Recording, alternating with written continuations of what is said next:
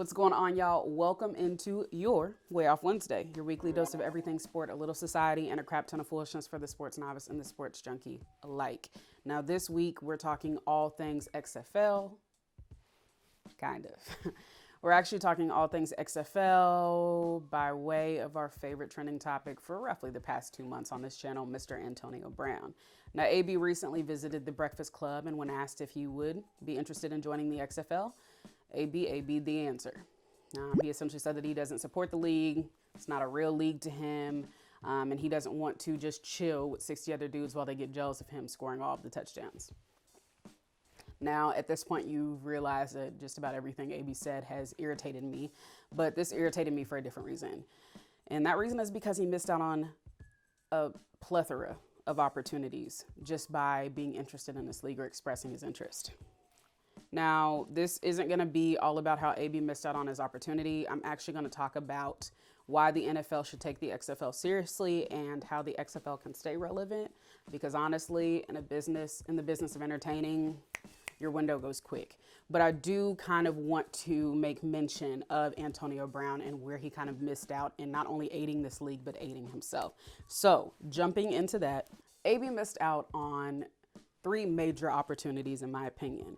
It's a newly developed league, and he just missed out on buckets of money with the right negotiation. For the simple fact that he has more bargaining power. He has more negotiating power. There aren't too many notable names in the XFL right now, aside from like Landry Jones and Cardell Jones. Cardell being out of Ohio State and Landry being out of, I believe, Oklahoma. So when you have a big face and a big name like Antonio Brown in this league, or even, for instance, a Dez Bryant, you're going to draw a bigger crowd. As it stands right now, season tickets for XFL games are averaging about $140 a ticket. Not only with these names and some bargaining power by way of your agent, do you skyrocket these tickets and skyrocket sales, but earn some royalties. I haven't seen any pictures of jerseys floating around, but I'm sure if AB were to join a squad, they would create a jersey solely for him that would sell out in a split second. Even so, I'm not a lawyer and I'm not a sports agent, but I do know with big names and big faces who bring media attention and media attraction to something, there is more bargaining power in the way of negotiating royalties for something. Media royalties, things of that nature. If there are any lawyers out there watching this or any entertainment lawyers watching this, let me know. Is that something that he could have negotiated? Would love to know, but I think it's something he could have done, and I think it's a huge opportunity missed out on. Second thing he could have done. AB, what you doing, man? This is the perfect time to practice, okay? Everybody knows that when you're out of something for long enough, you get rusty at it, right? Football is not the same practicing drills as it is playing on a competitive playing field against people who are playing at full speed, playing at full force, et cetera, et cetera. Now, if AB has been out of the game for roughly, I'm not sure, like 140 days at this point that I'm filming, give or take like a week or so, then we know that his contact skills are a bit rusty. You can be the best player in the league, but sit out for a year and you know your body isn't used to it. Use this as a practice opportunity. Yes, you could be getting all the touchdowns. Yes, you could be going up against lesser talent, but you're going up against somebody. You're getting some resistance. You're getting some pushback. You're learning, you're growing. You might see something new. Why are you not taking that opportunity to play when you have the opportunity to play? And then going along with playing, you missed out on the perfect opportunity to impress NFL scouts, not for play purposes, but for character develop purposes. That is a tongue twister. Character development purposes. Can you play in a situation, or can you show up in a situation where things aren't going your way? You want to be in the NFL with the big wigs, with the big dogs, but you're not. You kind of screwed up that opportunity for yourself, and the only thing that's really holding you back is a character flaw. People don't want to work with you. If the XFL is willing to work with you, if players are willing to work with you, why are you not taking that opportunity? It shows the NFL that you care about your game, that you care about what you're doing, and that you're willing to take a pay cut, take a fame cut. For lack of a better term, I'm not sure what to use there. but you're doing anything to show that you want to be in this game and that you want to succeed at this game, whatever the cost, whatever the level. But AB is AB. And if you watch the rest of that interview, which I'll link below, then you'll see that, I don't know, man. I don't know if there's hope for this dude. I feel like I had it at first, but this interview seemed to be more of a absolving AB from blame kind of interview. He really took up for himself, and even his Instagram post from maybe a day or so ago as I'm filming this was stating that if you had the chance to be right or be happy, that he chose to be happy. Dude, I don't know what to do with this man. But moving on, let's go ahead and talk about the XFL and the NFL. Now, as I've kind of implied, the XFL is nothing to just blow over. It's nothing to glance over. If I were the NFL, I would be taking serious interest in this league for business reasons, for marketing reasons, for all of the above, right? Bro, the XFL is actually kind of interesting.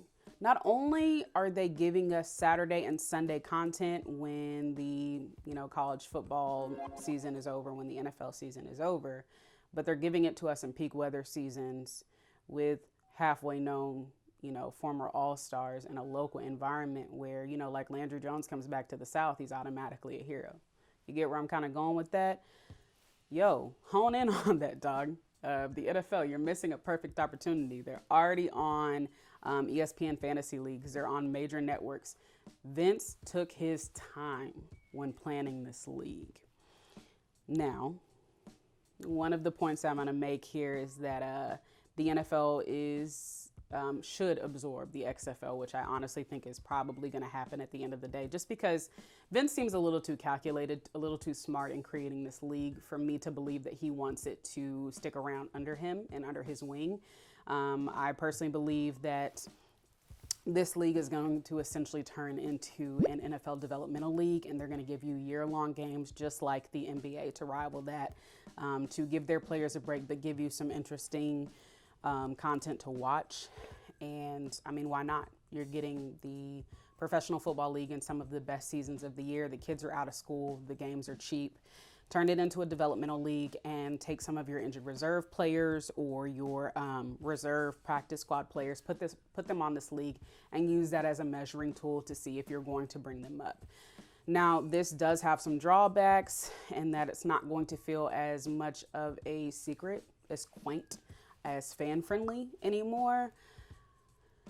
And honestly, we're probably going to see some of those underdog players that are currently in this league kind of fade away as they look to replace it with a few more notable names and players that were invited to scouting combines and got just a little bit more press than people from like Idaho State or something like that.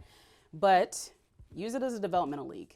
If you listen to the announcers during the game, I mean, even they're talking about how this guy missed his NFL opportunity. He should really have an NFL window still open for him, things of that nature. So there's kind of like an underlying theme with this just being like a kind of like a hobby that Vince created that he worked out perfectly to get enough, to draw enough media attention and to keep us engaged. Whereas the AAF, that hunk of a mess, just... Anyway, another thing, following off of the NFL Developmental League, the NFL can use this as an injured reserve league. What I emphasize with Antonio Brown about being on the field and being and utilizing this as a contact opportunity would be great for rehabbing players who aren't as comfortable playing up against the big ones, the big men. But there's opportunity there to rehab you and just kind of give you some reps before bringing you back up. And that's a great marketing tool for the NFL. Again, another notable name. Let's say, God forbid, Lamar Jackson goes down with an injury next year. First thing you do after he's had his time to rest and to heal up, put him in a rehab league for a few games with the XFL, whatever the equivalent is, expand the teams throughout the cities. Give them a few reps, get people to the games. That's what we're doing. Sell those tickets, make that money. You can turn out a different jersey with a different jersey name and a different jersey number in a heartbeat. Fans get to see their favorite players. You make money. That's simple to me, honestly. Use it as an injured reserve league. And last but not least, it would be perfect, in my opinion, if the NFL could merge and utilize this as an opportunity to test and measure players' strength and readiness in the scouting combine and in the Senior Bowl. I think this is a brilliant idea. Every player will argue with you that there's a difference between being good at every level. When you're good in high school, that's great until you get to college and you realize everybody's just as big and as fast and as strong as you. When you get to college, or when you transition from college to the NFL, you realize everybody is bigger, better, faster, and stronger than you. You feel like you're always at a disadvantage. Now, these guys that they're drafting first, putting all of this money on, I feel like we could save a lot of time and energy and be more excited for players that we know can kind of stack up. So like a Myles Garrett, cool. We know that he can stack up against those players. Sam Darnold. Josh Rosen. We're wasting our time when a simple scouting combine with some of the, not the injured reserve players, but, like the practice squad players and a few, other NFL kind of rejects would really give a test to see where these guys are, because these are the same guys that have been in the game, know the game, and know what it takes to kind of practice and get those reps, do those things. Great opportunity. Not only that, but that's a great way to make the scouting combine and the Senior Bowl more interesting to watch for the fans, because we're seeing what you're actually going to produce on the field for us. Like, I feel like, are we here? Are we here? Perfect. So that's where the NFL needs to go with this XFL. They don't need to overlook it. It's interesting. It has our attention now. Absorb it while you can, while it's cheap. Cool. Now for the XFL, because I like secrets too. I love those best kept secrets, man. And the XFL feels like that for me. They have to be able to stay relevant. It's that simple. Vince has done wrestling, professional wrestling, WWE. Yes, that has kept fans' attention for a long time, but especially in the game of football, things are starting to move a little bit quicker. And they've kind of helped with that, which could also be their Achilles heel. The one thing that the XFL, I feel, did right was provide more action in the game and listen to the fans. And all of that ended up leading to a little bit more player safety. So it's kind of a win-win-win. Cool. So in making sure the XFL stays relevant, I think that they really need to hone in on doing the same things that they've been doing. The first thing that they did right, they were listening to the fans. So one of the most notable rules that I feel like is making the XFL this interesting and making it fan friendly is the kickoff and punt return rule, right? The fans want more action, honestly. And one of the places that they get the most action is on the kickoff and the punt returns. Now, with the NFL rules set up the way they are, the receiver does not have to catch the ball before the other team has the opportunity to charge at them and defend. That's just stupid to me, okay, right? Because I'm going to call a fair catch. If I see a 300-pound dude running at me, what you think I'm going to do? Get hit or not get hit, which I don't have that big of a glory complex, okay? So with this new rule in the XFL of waiting until the receiver has caught the ball and to charge at him, not only is this reducing injury, but it's making it more likely that the player is wanting to return the ball, okay? Now, I read an interesting statistic that said that only 6% of kickoffs or punts are returned, but out of those 6%, 21 or 12% of concussions happened. So not only does this eliminate the issue of having somebody run 20 miles per hour at you while you're standstill and causing injury, but let's get some fun here. Let's see what you're gonna do. You gonna juke some dudes? You gonna cross over? What's the deal? So that's a great rule, and that led me to believe that while they're listening to the fans, they need to keep listening to the fans. Social media is a big thing, right? That's how any business gets off these days. And with them kind of honing in on their fan listening skills, maybe that's something to look at in the future. Have social media polls about new rules. Maybe have a contest winner, a fan, some kind of fan section that determines new rules of the game that makes it interesting to see or interesting to watch. New fan challenges. Now, to me, right now, that kind of sounds stupid, but I mean, there's a market for it because everybody is going to be more intrigued and more interested when they feel like they're a part of something, right? Audience retention. That easy. To me, at least. Second thing that the XFL can really do to stay relevant. Merge with the CFL. Every big company has merged or absorbed someone else, right? Now, the XFL isn't in any kind of absorbing region, but if they want to be a juggernaut like the NFL, they're going to have some worldwide appeal. Now, the Canadian Football League is doing great in Canada, and for a while, I feel like it was doing good in the States because we all know somebody who played in the Canadian League, or we just wanted to watch some freaking football, right? Cool. Take on the Canadian Football League and make this a worldwide venture. Like the NFL traveling to London and Mexico, you guys can really start leagues throughout the globe, spanning the globe. You can take football to places that don't naturally see football and have an instant fan base because it's something else to keep them entertained. That's the human condition. We all just want to be entertained at the end of the day. Make it global. You can even intertwine this somehow with your WWE fan base. Now, while they're two different ones, the point stays the same. It's action, it's live, and it's entertainment. So finding a way to creatively intertwine both of them, maybe have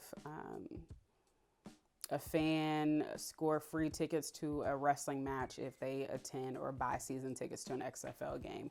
Maybe having a guest star of an XFL player that won a championship on a WWE wrestling match. Sounds pretty easy to me. The last thing the XFL can do to stay relevant, in my opinion, it's a little far-fetched, but why not try it? Exhibition games with, drum roll please. Am I going to add a drum roll sound effect? To be determined. Play colleges in preseason. This is going to give you a great tool of how to measure these college teams.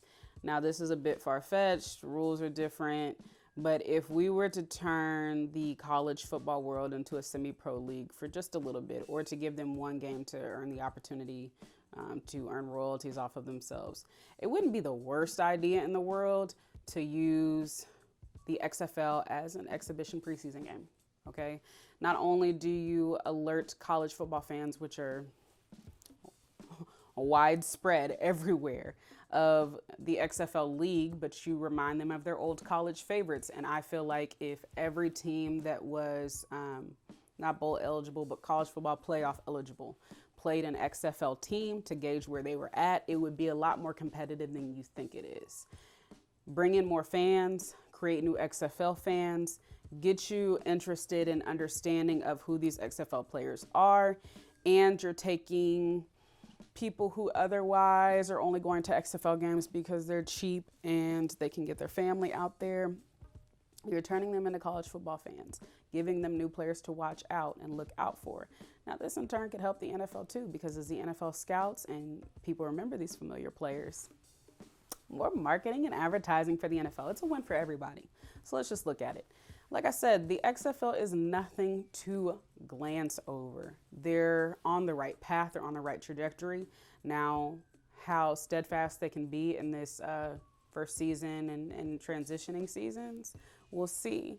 But if the NFL plays their cards right with the XFL, honestly, they could be in for a big payday. That's all I got for today. Watch the XFL. It's really interesting, actually. I'm Dominique. I'm way off, and I'm way out, and I'll see you next Wednesday.